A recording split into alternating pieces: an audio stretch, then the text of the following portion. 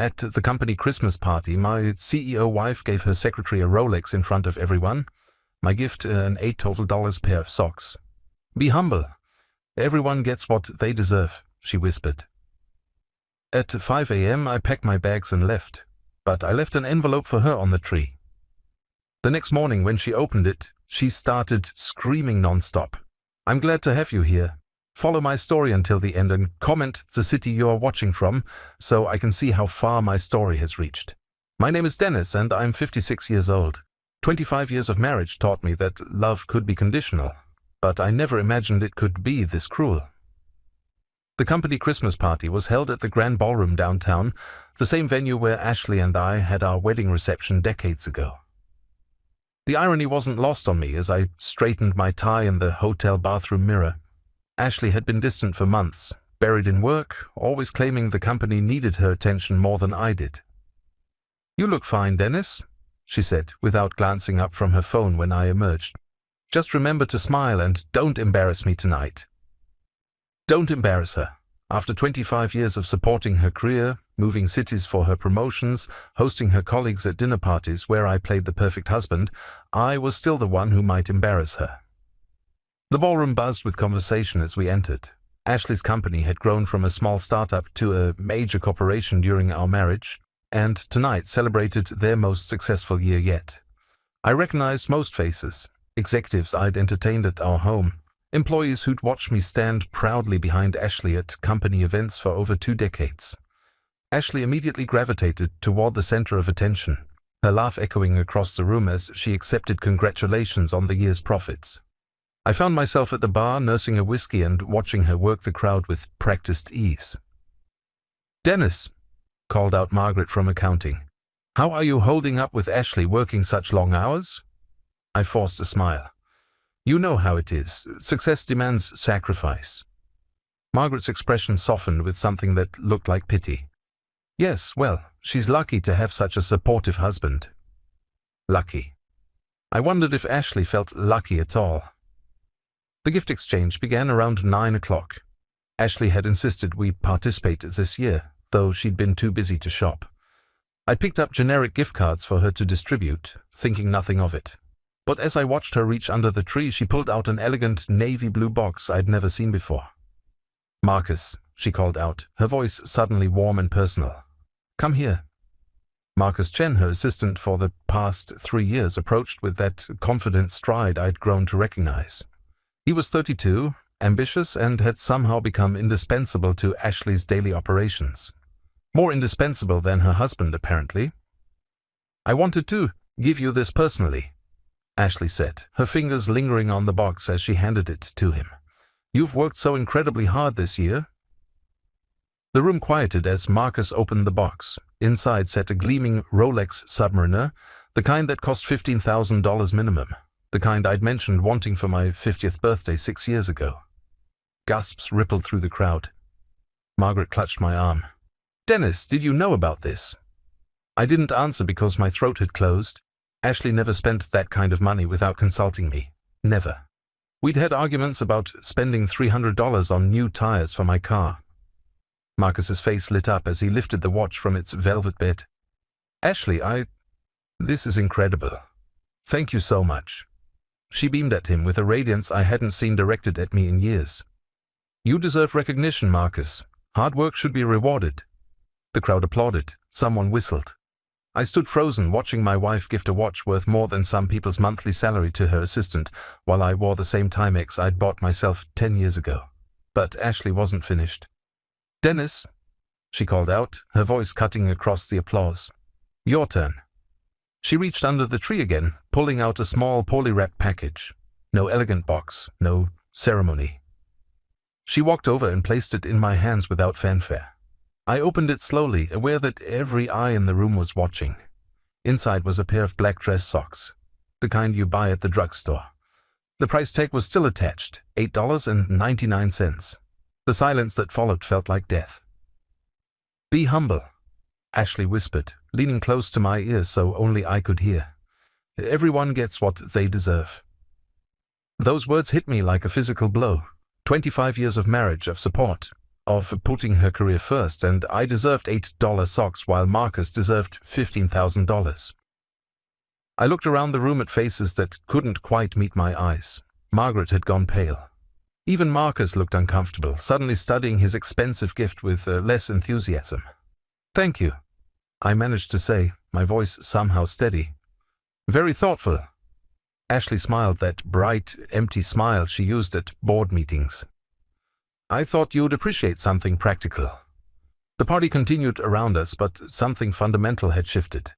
Conversations resumed, but they carried an undercurrent of discomfort. I'd been publicly humiliated by my own wife, and everyone had witnessed it. I excused myself to the bathroom, where I stared at my reflection in the harsh fluorescent lighting. 56 years old, graying at the temples, wearing a suit I'd owned for 5 years because Ashley said we needed to watch expenses. Meanwhile, her assistant wore a watch worth more than my car. When I returned to the ballroom, Ashley was laughing with Marcus near the windows, their heads bent close together in intimate conversation. She touched his arm as she spoke, a gesture both casual and familiar. Too familiar. The pieces began falling into place with sickening clarity. The late nights at the office, the business trips where she couldn't be reached, the way she'd grown cold and distant over the past year, the way she looked at Marcus tonight like he was precious. I'd been replaced, and tonight was her way of making it official. The drive home was silent except for the hum of tires on asphalt. Ashley stared out her window, seemingly lost in thought, probably thinking about Marcus and his grateful smile when he'd opened that Rolex box. "Beautiful party," I said finally. "Yes, it went well," she replied without looking at me. "The quarterly projections look even better than we hoped." Always business with Ashley. Even our conversations had become quarterly reports. Marcus seemed pleased with his gift. Now she looked at me, her expression unreadable in the dashboard light. "He's earned it. He's been instrumental in our success this year." Our success. As if I hadn't spent 25 years supporting her journey, sacrificing my own ambitions so she could climb every rung of the corporate ladder. We pulled into our driveway at 11:30. The house we'd bought 15 years ago suddenly felt like a mausoleum filled with the echoes of a marriage that had died without me noticing. Ashley went straight to her home office, citing emails that couldn't wait until Monday. I sat in our living room, still holding the package of $8 socks, staring at our Christmas tree with its twinkling lights and perfectly arranged ornaments. 25 years? 25 years of believing that love meant sacrifice, that supporting your spouse's dreams was noble, that being humble and patient would be rewarded with gratitude and respect. Instead, I'd become invisible, a fixture in Ashley's life, as unremarkable and replaceable as furniture. But as I sat there in the quiet house, something inside me began to shift. The humiliation was transforming into something else, something clearer, something dangerous. I looked at those socks one more time, then set them aside. Tomorrow things would change. Tonight was the last night Dennis the doormat would exist. I didn't sleep that night. I lay in bed next to Ashley, listening to her steady breathing while my mind raced through 25 years of memories, searching for signs I'd missed. How long had I been the fool in this equation? At 3 a.m, Ashley's phone buzzed on her nightstand. She'd fallen asleep with it face down, which was unusual. Ashley always kept her phone face up in case of work emergencies. I watched as she stirred slightly, but didn't wake. The phone buzzed again, then again. Curiosity won over respect for privacy. After 25 years of marriage, I figured I'd earned the right to check who was texting my wife at 3 a.m. I carefully reached over and turned the phone face up. The messages were from Marcus. "Still thinking about tonight. You were incredible. That gift meant everything to me, almost as much as you do. I can't wait until you leave him." My blood turned to ice. I set the phone down with trembling hands, my heart hammering against my ribs. Leave him. Leave me. I slipped out of bed and went downstairs to the kitchen, where I made coffee with mechanical precision. My hands shook as I spooned the grounds, as I poured the water, as I waited for the machine to finish brewing. 25 years. She was planning to leave me after 25 years, and she'd orchestrated tonight's humiliation as, what? A goodbye gift? A final insult before discarding me completely. I drank my coffee in the dark, staring out at our backyard where I'd spent weekends gardening while Ashley worked. The roses I'd planted for our 10th anniversary were dormant now, waiting for spring. Would I be here to see them bloom again? By 4:30, I'd made my decision. I went to my study, a small room Ashley had allowed me to use for my hobbies and personal papers. She never came in here, dismissing it as my man cave with the same tone she'd used to describe a child's playhouse. But Ashley had underestimated what I kept in this room. In the bottom drawer of my desk, behind boxes of old photographs and tax returns, was a manila folder I'd hoped never to open.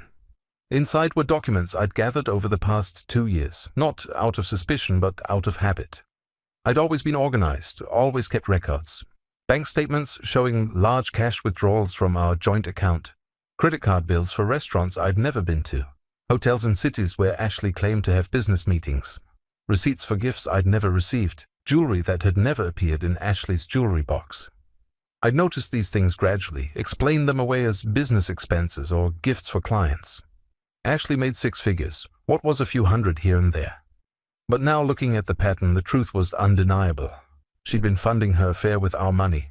The hotel receipts were particularly damning.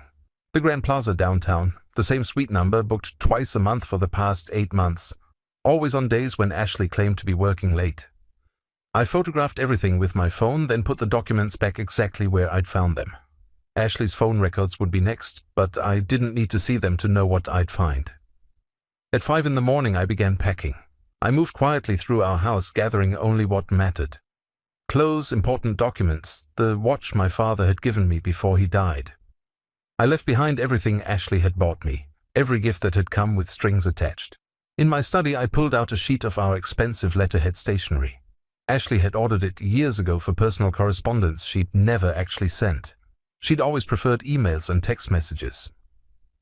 I wrote, carefully, my handwriting steady despite the adrenaline coursing through my veins. Ashley, I began, by the time you read this, I'll be gone. 25 years is a long time to love someone who sees you as disposable. You made your feelings clear last night in front of everyone we know.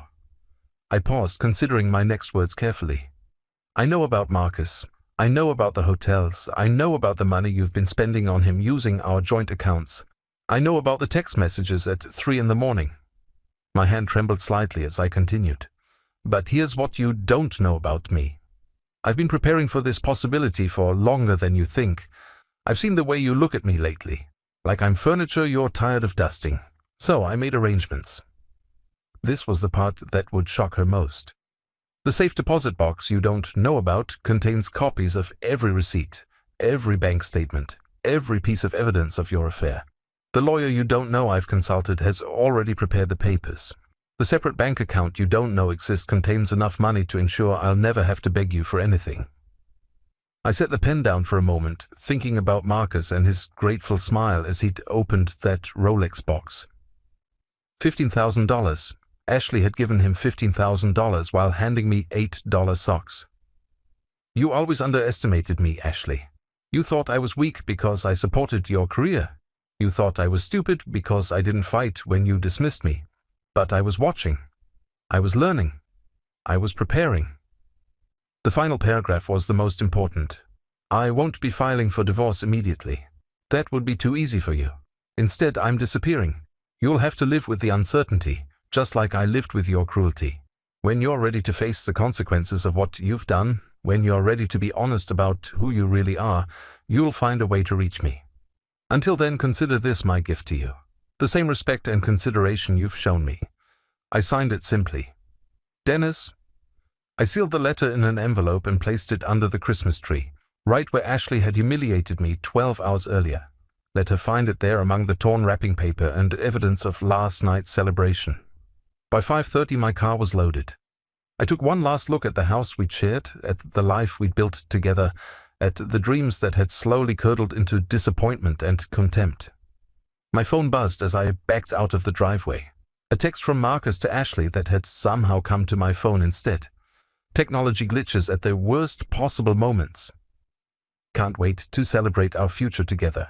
Tonight was perfect. You handled the Dennis situation beautifully. The Dennis situation. That's what I'd become.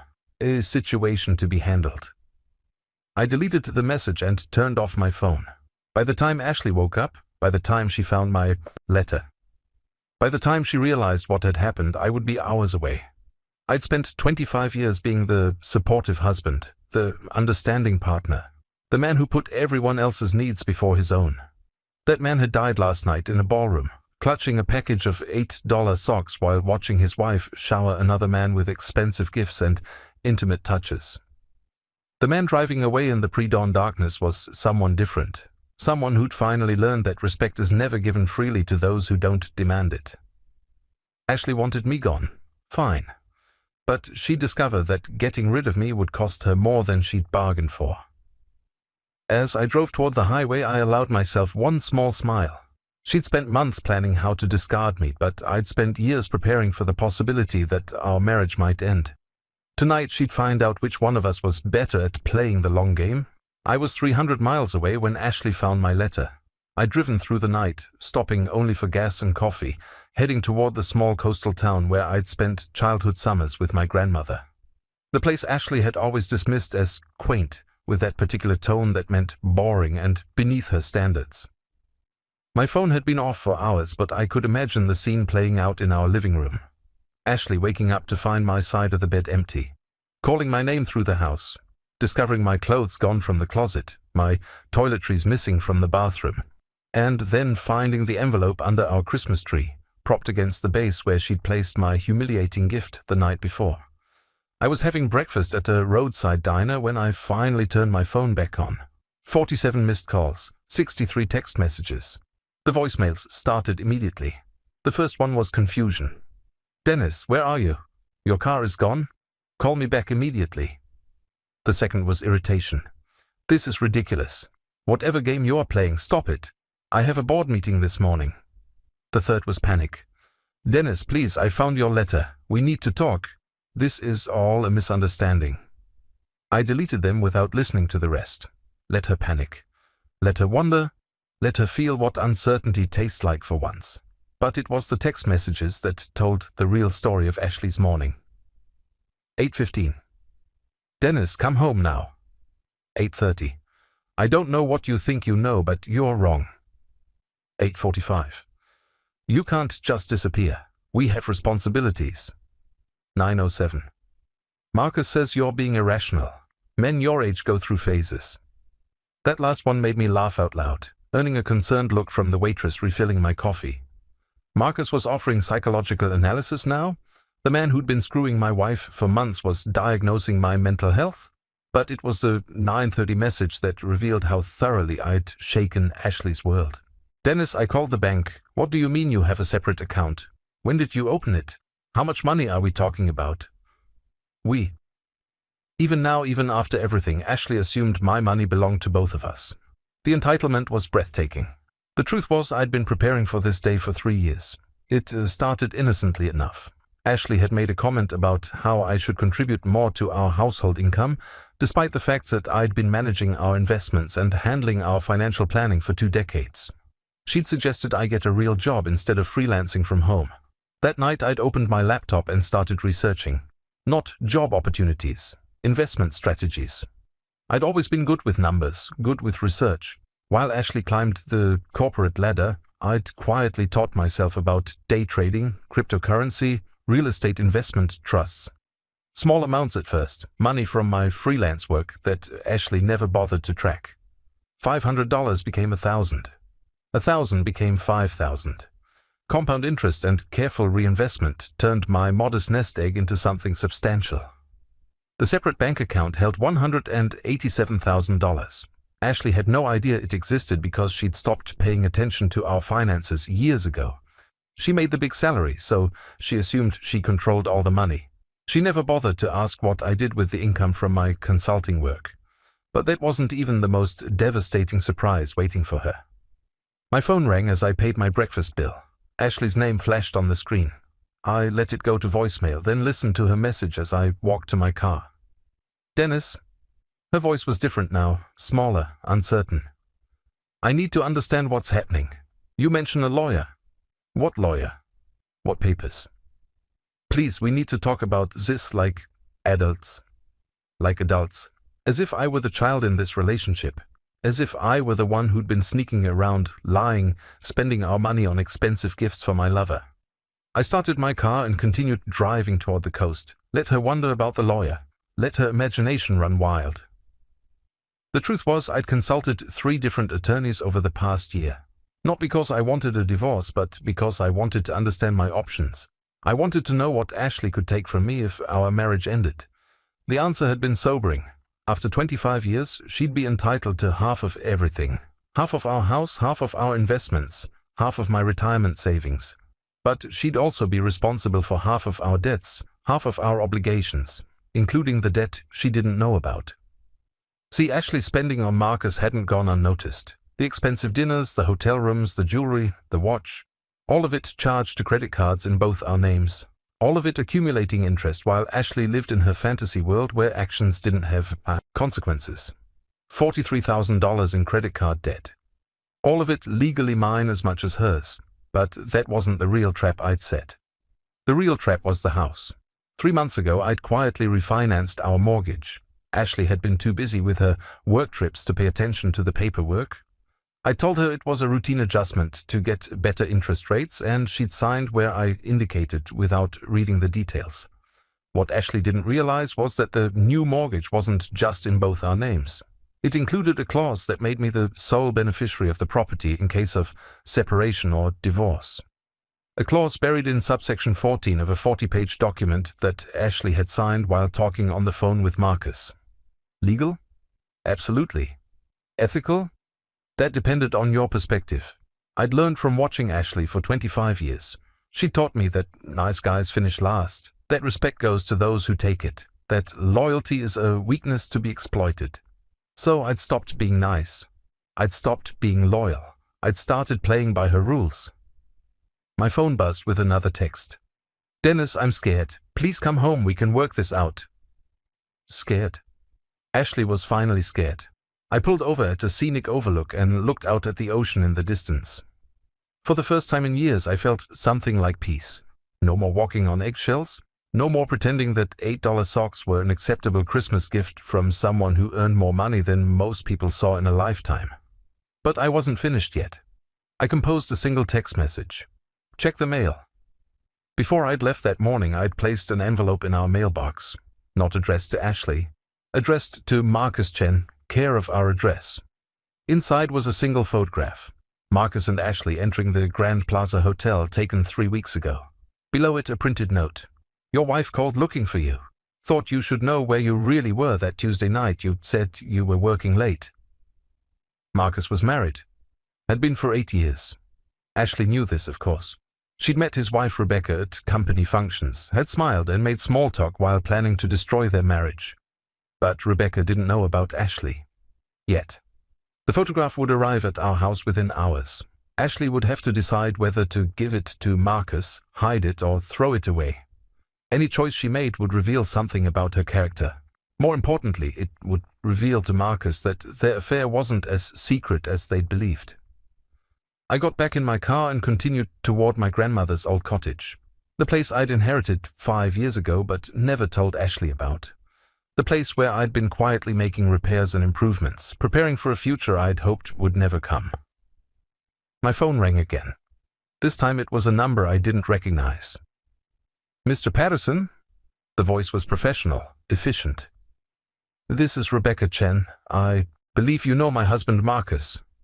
I pulled over again, my heart racing. The photograph had worked faster than I'd expected. "Mrs. Chen," I said carefully, "how can I help you?"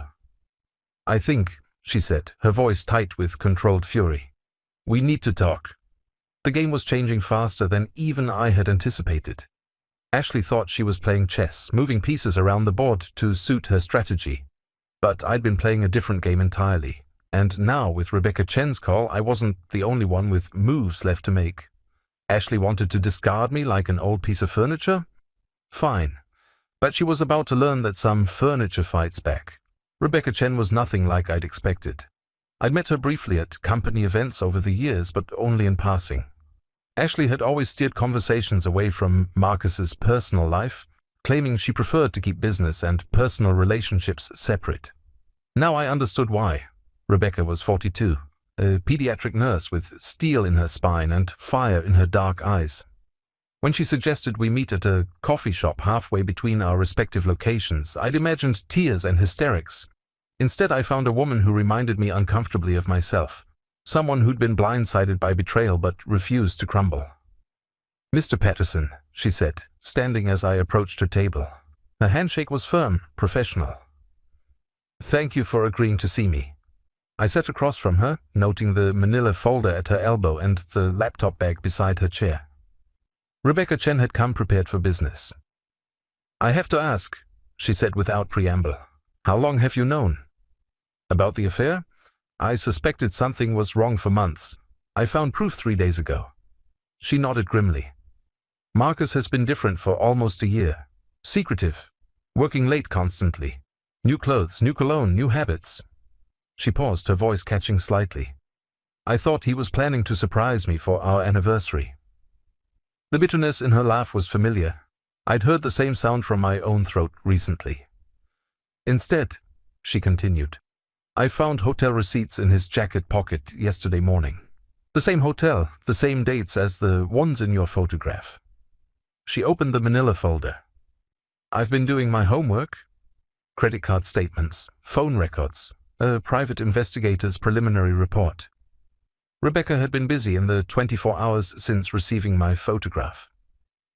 "Marcus charged dinner for 2 at Le Bernardin last Tuesday," she said, pointing to a highlighted line on a statement. "Told me he was working through dinner with a difficult client. $340 for a meal I'll never taste." I studied the documents she'd arranged on the table. Rebecca was thorough, methodical. She'd documented months of lies with the precision of a forensic accountant.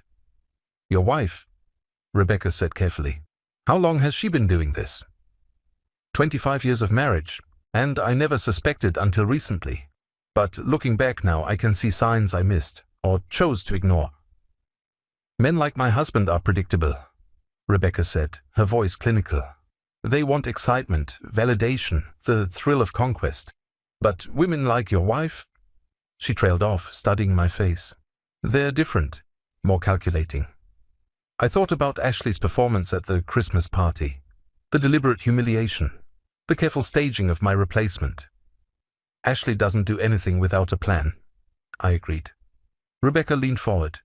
"Then we need to understand what her plan actually is." Over the next hour, Rebecca and I compared notes like detective partners working a case. The picture that emerged was more complex than simple adultery. Marcus had been promoted twice in the past year, both times to positions he wasn't qualified for. His salary had increased by 60%. His new office was 3 doors down from Ashley's. "She's not just having an affair," Rebecca said slowly. "She's grooming him, training him to replace you professionally and personally." The realization hit like a physical blow. Ashley wasn't just cheating on me. She was systematically replacing me with a younger, more malleable version. Someone she could control completely. "My husband is ambitious but lazy," Rebecca continued. "He wants success without effort, recognition without work. Your wife is offering him both. And when she's finished with him..." Rebecca's smile was sharp as a blade. "Men like Marcus never realize they are disposable until they've been disposed of." She was right. Ashley had manipulated me for years, slowly eroding my confidence and independence. Now she was doing the same thing to Marcus, just in reverse. Instead of diminishing him, she was inflating his ego, making him dependent on her approval and advancement. But Ashley had made a crucial error. She'd underestimated both Rebecca and me.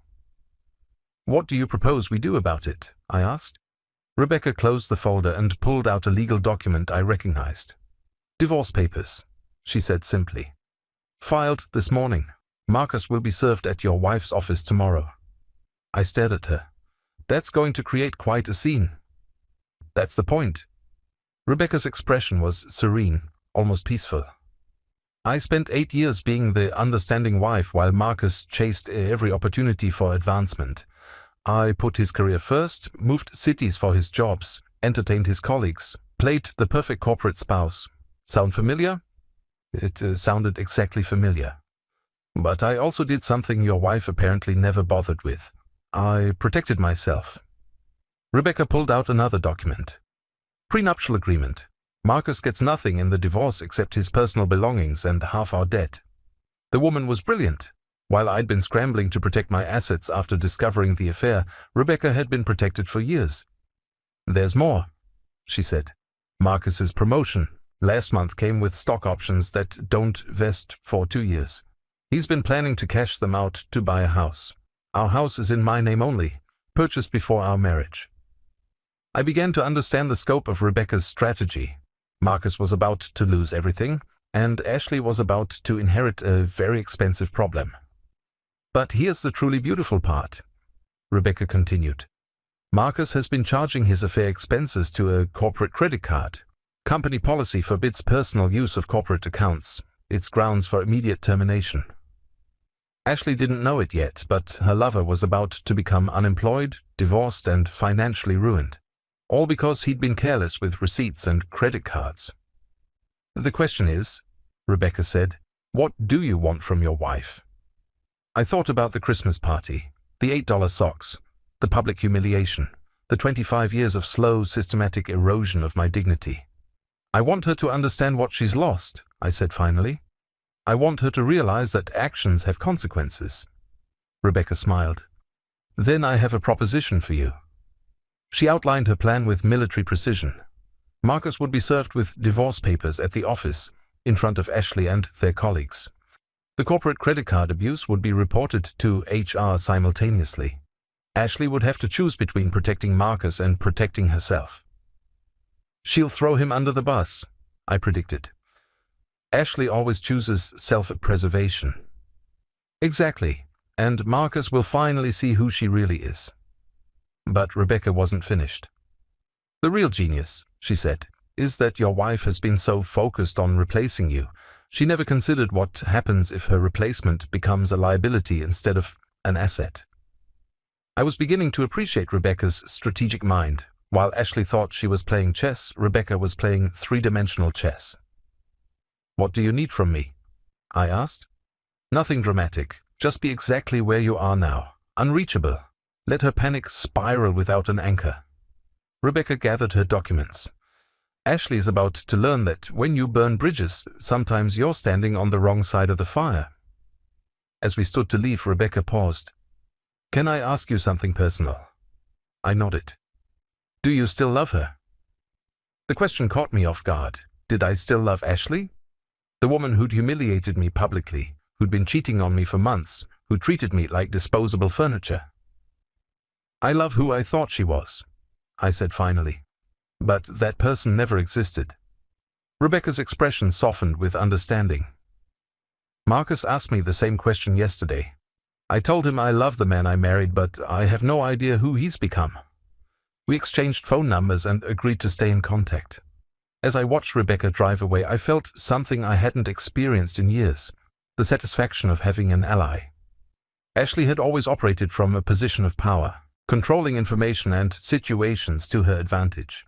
She'd assumed that I would react predictably, that I would either grovel for her attention or rage impotently at her betrayal.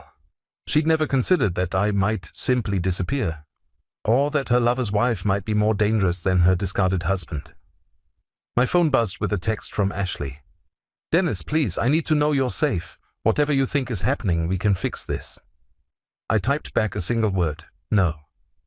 Tomorrow, Marcus would lose his job, his marriage, and his future. Ashley would have to decide whether to go down with him or abandon him to save herself. Either choice would reveal exactly who she really was, and either choice would cost her more than she'd bargained for. I'd spent 25 years being the supporting character in Ashley's story. Now I was writing my own ending. I was sitting on my grandmother's porch, watching seagulls fight over scraps on the beach, when Ashley's world began to collapse. The cottage hadn't changed much in the 5 years since I'd inherited it. Weathered shingles, creaky floorboards, windows that stuck when the humidity was high. Ashley had visited exactly once, pronouncing it charming but impractical, before suggesting I sell it and invest the money in something more sensible. I'd smiled and nodded, and quietly paid the property taxes every year, fixing loose boards and replacing worn fixtures. The cottage had been my escape plan before I even knew I needed one. Now, 3 days after disappearing from my old life, I was drinking coffee on the front porch while my phone buzzed with increasingly desperate messages from Ashley. I'd started reading them for entertainment value. 8:30 a.m. Dennis, I know you think you understand what's happening, but you don't. Marcus is just a colleague. 8:45 a.m. I've made mistakes, but we can work through this. 25 years means something. 9:15 a.m. Where are you getting your information? Someone is lying to you. 9:47 a.m. Please answer your phone, I'm worried about you. The progression from denial to bargaining was textbook. Ashley was cycling through the stages of grief at record speed, but it was the 10:30 message that told me Rebecca's plan had begun. Something terrible is happening at work. I can't reach Marcus. Please call me. I checked my watch. Rebecca had estimated the process server would arrive at Ashley's office around 10:15. Right on schedule. My phone rang 15 minutes later, Rebecca's number. It's done, she said without preamble. Marcus was served in the conference room during the weekly staff meeting. 12 witnesses, including your wife. How did he react? Denial, then panic, then anger. He demanded to know how I found out. When I mentioned the photograph, he went pale. I could imagine the scene. Marcus, so confident in his secret affair, suddenly exposed in front of his colleagues and his lover. The same colleagues who'd watched Ashley humiliate me 3 nights earlier. And Ashley? Rebecca's laugh was sharp.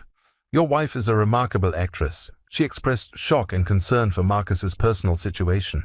Offered to give him time off to deal with his family crisis. Very professional, very concerned, very calculated. Ashley would distance herself from Marcus immediately, protecting her position while he burned. The corporate credit card report was filed an hour later, Rebecca continued. HR will begin their investigation tomorrow. Marcus will be suspended pending review. How much trouble is he in? Enough. The charges total nearly $15,000 over 8 months. Hotels, restaurants, jewelry, all clearly personal expenses. $15,000. The same amount Ashley had spent on Marcus's Christmas watch. The irony was perfect, but Rebecca saved the best news for last. Marcus called me 20 minutes ago, she said. He wants to work things out. Apparently your wife told him that their relationship was a mistake, that she never intended for things to go so far. I felt a cold satisfaction settle in my chest. Ashley was cutting Marcus loose exactly as I'd predicted. When the chips were down, Ashley always chose Ashley. How did you respond? I hung up on him, let him figure out his own mess. After Rebecca hung up, I sat on the porch for another hour, watching clouds gather over the ocean. My phone continued buzzing with messages from Ashley, each one more frantic than the last. 11:15. Marcus has been served with divorce papers. Did you know about this? Did you contact his wife? 11:30. Dennis, you don't understand what you've done. This is going to destroy everything. 12:05. I know you're angry, but this vindictive behavior isn't like you. Vindictive. Ashley was finally beginning to understand that the man she'd married had changed. But the message that arrived at 12:45 told me something had shifted fundamentally. I need you to come home. Now. We have a serious problem. Not, please come home. Not, I miss you. A demand. Ashley was reverting to the tone she used when she expected immediate obedience. I typed back, what kind of problem? Her response was immediate. The kind that could destroy both our lives if we don't handle it together. Interesting. Ashley needed me now. Something had happened that even her considerable skill at damage control couldn't fix alone. I waited another hour before calling her back. Let her panic. Let her feel what helplessness tastes like. Dennis. Her voice was tight with stress. Where are you? Safe. What's the serious problem you mentioned? A long pause, then, Marcus is threatening to expose our relationship unless I help him save his job. Blackmail. Marcus was trying to blackmail Ashley.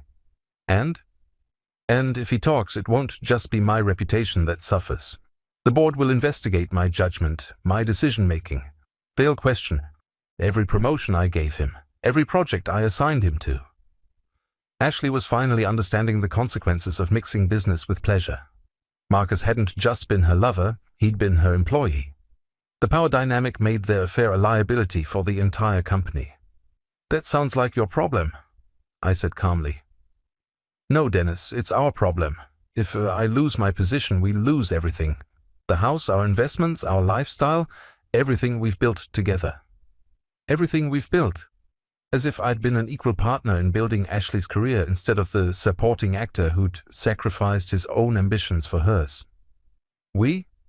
I repeated. Ashley, you made it very clear at the Christmas party that there is no we. You gave me $8 socks and your boyfriend a $15,000 watch. You whispered that everyone gets what they deserve. Remember? Silence. Then in a smaller voice. I was angry that night, stressed about work. I said things I didn't mean. You meant every word, and now you're dealing with the consequences. Dennis, please, I know I hurt you. I know I made terrible choices. But we can fix this if we work together. I almost laughed. Ashley was still trying to manipulate me, still assuming I would rescue her from the mess she'd created. How exactly do you propose we fix this? Come home. Help me manage Marcus. Together we can contain the damage. You want me to help you save the man you've been cheating with? I want you to help me save our marriage. Our marriage? The marriage she'd been planning to end so she could be with Marcus. The marriage she'd publicly humiliated with $8 socks and whispered insults. Ashley, I said slowly, our marriage ended the moment you decided Marcus deserved more respect than I did. No, she said, desperation creeping into her voice. No, it doesn't have to end like this. I made mistakes, but I love you. I've always loved you. Always loved me, while charging romantic dinners with another man to our joint credit cards, while booking hotel rooms for afternoon trysts, while planning to leave me for her assistant. If you loved me, I said, you would have loved me enough not to betray me. Dennis, you don't understand. With Marcus, it was just, it was excitement. It wasn't real. You're my husband. You're my life. I was her life when she needed rescuing. I was disposable when she wanted excitement. Where's Marcus now? I asked. I don't know. He stormed out after HR suspended him. He's not answering his phone. Marcus was probably somewhere licking his wounds, trying to figure out how his perfect setup had collapsed so quickly. One day he was the golden boy with the expensive watch and the powerful lover. The next day he was unemployed, divorced, and facing potential criminal charges for credit card fraud. Ashley, I said, I want you to think very carefully about what happens next. What do you mean? I mean you have a choice to make.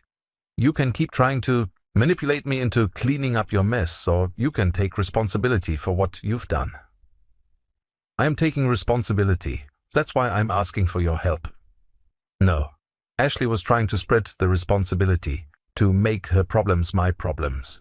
She wanted me to share the consequences without having shared in the decision-making. Here's what's going to happen, I said. You're going to handle Marcus yourself. You're going to face whatever professional consequences come from your relationship with him, and you're going to stop trying to drag me into the wreckage of your choices. Dennis, you can't abandon me now, not after 25 years. You abandoned me at a Christmas party, Ashley, in front of everyone we know. You abandoned me every time you chose Marcus over me. You abandoned me every time you spent our money on him while buying me discount socks. I could hear her crying now, but I felt nothing. The man who would have comforted her, who would have put aside his own hurt to rescue her, had died 3 nights ago in a hotel ballroom. I'm going to hang up now, I said. And I'm going to turn off my phone for the rest of the day. Use that time to figure out who you really are and what you really want. Because the woman I married wouldn't have done any of this. Dennis, wait. I hung up and immediately powered down my phone. The afternoon was peaceful without the constant buzzing of messages and calls. I walked along the beach, collected shells, made myself a simple dinner from the groceries I'd bought that morning. For the first time in years, I wasn't worried about Ashley's schedule, Ashley's needs, Ashley's crises. I wasn't planning my day around supporting someone else's ambitions. I was free, but freedom, I was learning, came with a price, and Ashley was about to discover that some prices are higher than others. 6 months later, I was painting the cottage's front porch when a familiar car pulled into my driveway. Ashley stepped out of her Mercedes, looking smaller somehow than I remembered. Her usually perfect hair was pulled back in a simple ponytail, and she wore jeans and a sweater instead of her typical power suit. She looked tired, older, but there was something different in her posture. Something that might have been humility. "Hello, Dennis," she said, standing at the bottom of the porch steps like she wasn't sure she was welcome. I set down my paintbrush and wiped my hands on an old rag. "Ashley, how did you find me?" "Your lawyer. He said you might be willing to talk." "My lawyer." I'd finally filed for divorce 2 months ago, not out of anger but out of acceptance. Some things couldn't be repaired, only ended cleanly. "What do you want to talk about?" She glanced around at the cottage, the fresh paint, the garden I'd started along the front walkway. "You've made this place beautiful. It's home now." Ashley nodded slowly. "May I sit?" I gestured to the porch swing my grandmother had loved. Ashley sat, carefully, her hands folded in her lap. "I wanted to tell you what happened," she said. "After you left." I continued painting, not looking at her directly. "If this is about the divorce settlement, my lawyer can handle that." "It's not about money." Her voice was quiet, almost subdued. "It's about what I learned about myself." I glanced at her sideways. This was a different Ashley than the woman who'd humiliated me at the Christmas party. This woman seemed almost, broken. "Marcus was fired a week after you left," she said. "The credit card investigation found evidence of fraud. He was arrested, charged with embezzlement." I kept painting. I'd heard about Marcus's legal troubles through Rebecca, who'd kept me updated on the aftermath of our plan. "He tried to implicate me," Ashley continued. "Claimed I authorized his expenses, that I encouraged him to use the corporate card. He said I promised to protect him." "And did you?" Ashley was quiet for so long I thought she wouldn't answer. Finally, "No. I threw him under the bus completely. I told HR I had no knowledge of his personal use of company funds. I presented myself as another victim of his deception." I turned to look at her fully. "Was that the truth?" "No." The word came out as barely a whisper. "I knew about every charge. I even suggested some of them. But when he became a liability, I protected myself." At least Ashley was being honest now. "The board launched a full investigation," she continued. "They questioned every decision I'd made regarding Marcus, every promotion, every assignment. My judgment was deemed compromised by personal involvement. And I was asked to resign. They offered me a severance package in exchange for signing a non-disclosure agreement." I stopped painting entirely. Ashley had lost her job, the career she'd built over 20 years, the position that had been more important to her than our marriage, was gone. "I'm sorry," I said, and surprised myself by meaning it. Ashley looked up at me, her eyes bright with unshed tears. "Are you? Really?" I considered the question seriously. Was I sorry that Ashley had lost everything?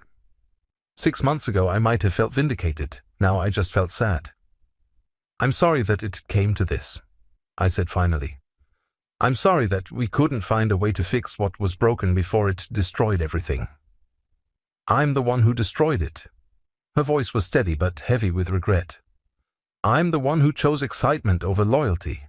I'm the one who traded 25 years of marriage for a few months of feeling young and desired." I sat down on the porch steps, facing her. "Why, Ashley? Why wasn't what we had enough?" She was quiet for a long time, staring out at the ocean. "Because I stopped seeing you," she said eventually. "Not literally, but I stopped seeing you as a person. You became part of the furniture of my life. Reliable, comfortable, always there when I needed you." "And Marcus?" "Marcus made me feel powerful. He needed me, depended on me, looked at me like I was the most important person in his world." She laughed bitterly. "Of course he was looking at my position and my salary, not at me." "Did you love him?" Ashley shook her head. "I loved how he made me feel about myself. I loved being desired, being pursued. I loved having someone who hung on my every word." She paused. "I confused being wanted with being loved." We sat in silence for a while, listening to the sound of waves against the shore. "I lost everything," Ashley said finally. My job, my reputation, my marriage. The house is in foreclosure because I can't make the mortgage payments without my salary. I'm 48 years old and I have to start over completely. I thought about pointing out that she wouldn't be in this situation if she hadn't spent our money on her affair, if she hadn't humiliated me publicly, if she hadn't chosen Marcus over our marriage. But what was the point? Ashley was living with the consequences of her choices. "What will you do now?" I asked. "I don't know. Look for another job, I suppose, though my reputation in the industry is complicated." She looked at me. "What about you? Are you happy here?" I glanced around at the cottage and the garden, the peaceful life I'd built. "Yes, I am. I'm glad." She seemed to mean it. "You deserve to be happy." Ashley stood up, smoothing her jeans. "There's one more thing I need to say." I waited. "The Christmas party. What I did to you that night, the socks, the public humiliation. It was cruel. It was the worst thing I've ever done to another human being." Her voice broke slightly. "I was trying to push you away because I was too cowardly to just ask for a divorce. I thought if I made you angry enough, you'd leave me and I wouldn't have to be the bad guy." "But I didn't leave angry," I said. "I left disappointed." "I know. And that's so much worse, isn't it?" We looked at each other across the space of 6 months and 25 years of marriage. "I won't contest the divorce," Ashley said. "Whatever you want in terms of settlement, I won't fight it." "I don't want anything from you, Ashley. I just want to be free." She nodded, tears finally spilling over. "You are free. You've been free since the moment you walked out of our house." After she left, I sat on the porch for a long time, watching the sun set over the ocean. I thought about the man I'd been 6 months ago, clutching $8 socks while watching his wife celebrate another man.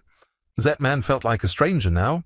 3 weeks later, Rebecca called to tell me that Marcus had been sentenced to 18 months in prison for embezzlement. His wife had remarried and moved across the country with their children. Marcus would have nothing waiting for him when he got out.